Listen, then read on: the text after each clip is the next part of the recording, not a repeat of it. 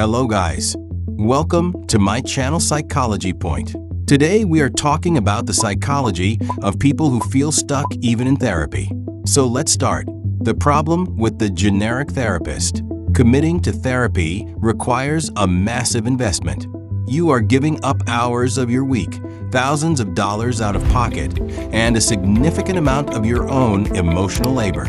Yet many people begin this process with a fundamental oversight. They search for a generic therapist in a directory without ever looking at the specific therapeutic modality that professional actually practices. When the framework doesn't match how your brain processes information, sessions can feel like a chore rather than a solution. This friction often leads to therapy burnout, a state where the work feels exhausting because the treatment doesn't align with your needs. The core divide: restructure versus accept. Today, the behavioral psychology landscape is largely dominated by two heavyweights: cognitive behavioral therapy, or CBT, and acceptance and commitment therapy, or ACT.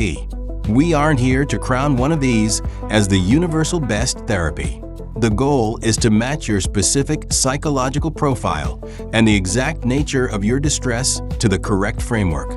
Understanding the mechanics of these two modalities is the only way to ensure your emotional and financial investment yields a tangible return. The divide between CBT and ACT comes down to a single question: do we change our thoughts or change how we relate to them? CBT operates on the premise that negative or distorted thoughts are problems that must be actively challenged and restructured. ACT operates on a different premise. Fighting your own thoughts is often counterproductive and exhausting. Instead of trying to win the tug-of-war with your own brain, ACT teaches you to drop the rope and accept your emotional realities. CBT asks you to be an active combatant. You are required to interrogate your own mind, demanding hard evidence for every anxious or depressive thought that surfaces. ACT asks you to be a mindful observer. You strip the power away from intrusive thoughts by refusing to engage with them, viewing them as transient rather than absolute truths. Mechanics of CBT, the symptom eliminator. Your choice of therapy dictates your entire experience in the clinician's chair. You will either spend your sessions actively trying to fix your negative thoughts or learning how to live a meaningful life right alongside them. Let's look closely at CBT.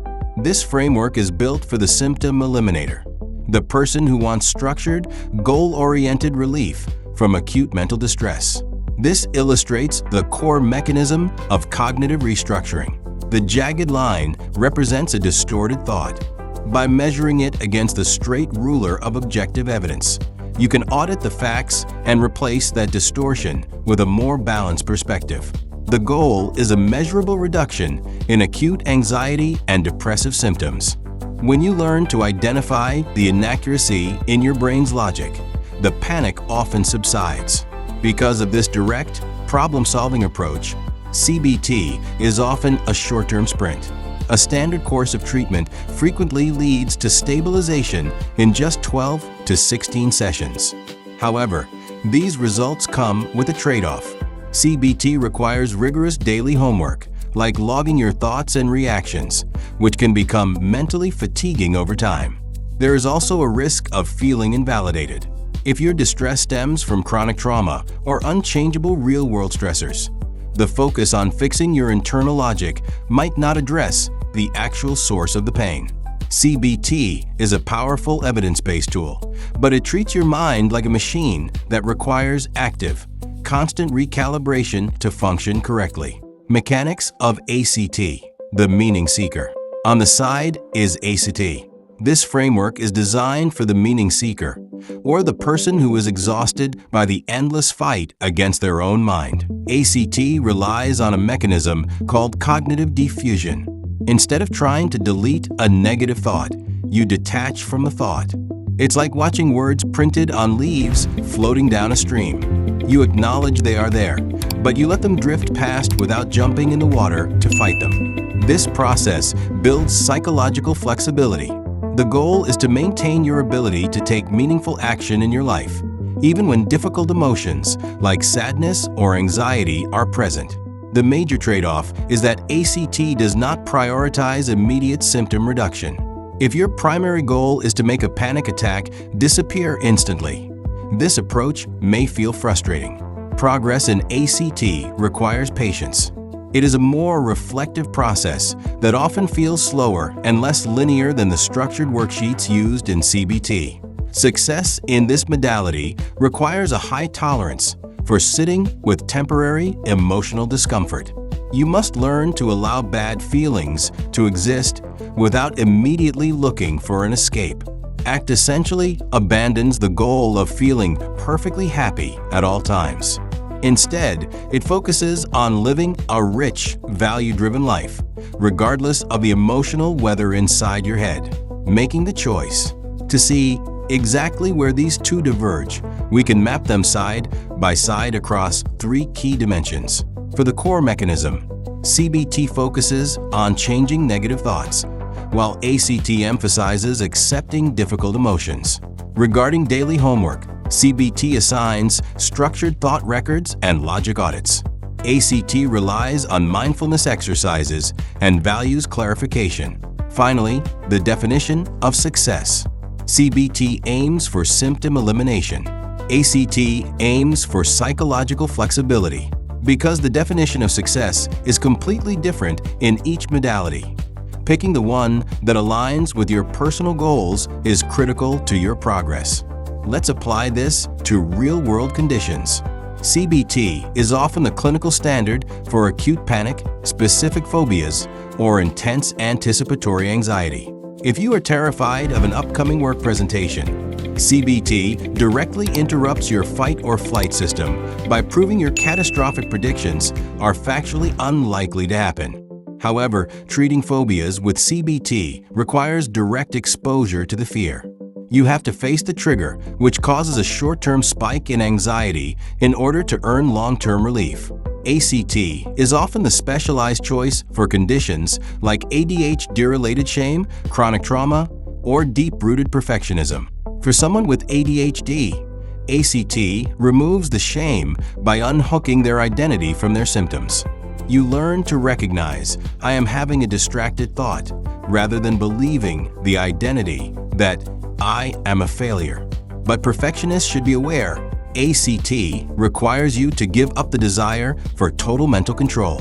Surrendering that control can be highly frustrating at first. The specific nature of your distress, whether it's an acute, irrational fear or a chronic, unchangeable reality, indicates which tool is best equipped to handle it. We can map out your final decision using this diagnostic flowchart. It starts with one question. What is your primary goal? If your goal is, I need these symptoms to stop disrupting my life right now, the clinical path points toward cognitive behavioral therapy. The ACT path. If your goal is, I need to figure out how to live a good life despite these ongoing issues, the path leads toward acceptance and commitment therapy. If you are a parent seeking care for a child or a teenager, the same logic applies, but focuses more on their daily behavior. If your child needs help regulating immediate behaviors and challenging distorted fears, CBT is often the most effective route. If your child struggles with rigid thinking, avoids experiences out of fear, or carries deep behavioral shame, ACT is the more specialized fit. The right path is revealed by identifying if the patient needs immediate behavioral regulation or long-term experiential acceptance.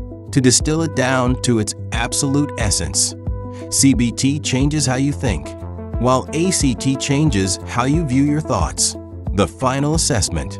In the real world, the most effective clinicians often blend techniques from both modalities to fit the person sitting in front of them. But to ensure you are getting the approach you need, you should ask a prospective therapist one question during your initial consultation. Do you lean more toward restructuring thoughts or accepting them? Listen closely to their answer. It will tell you if their operational framework matches your psychological needs. Knowing the difference between CBT and ACT gives you the leverage to vet your own care. ensuring that the hard work you do in every session is actually built for the specific way you think. Now tell me, are you more of a CBT thinker, someone who wants to challenge and fix negative thoughts, or an ACT thinker, someone who'd rather learn to observe and release them? Drop a comment below and tell us which approach feels more natural to how your mind works. Okay guys, take care and don't forget to like, share, and subscribe my channel. Thank you.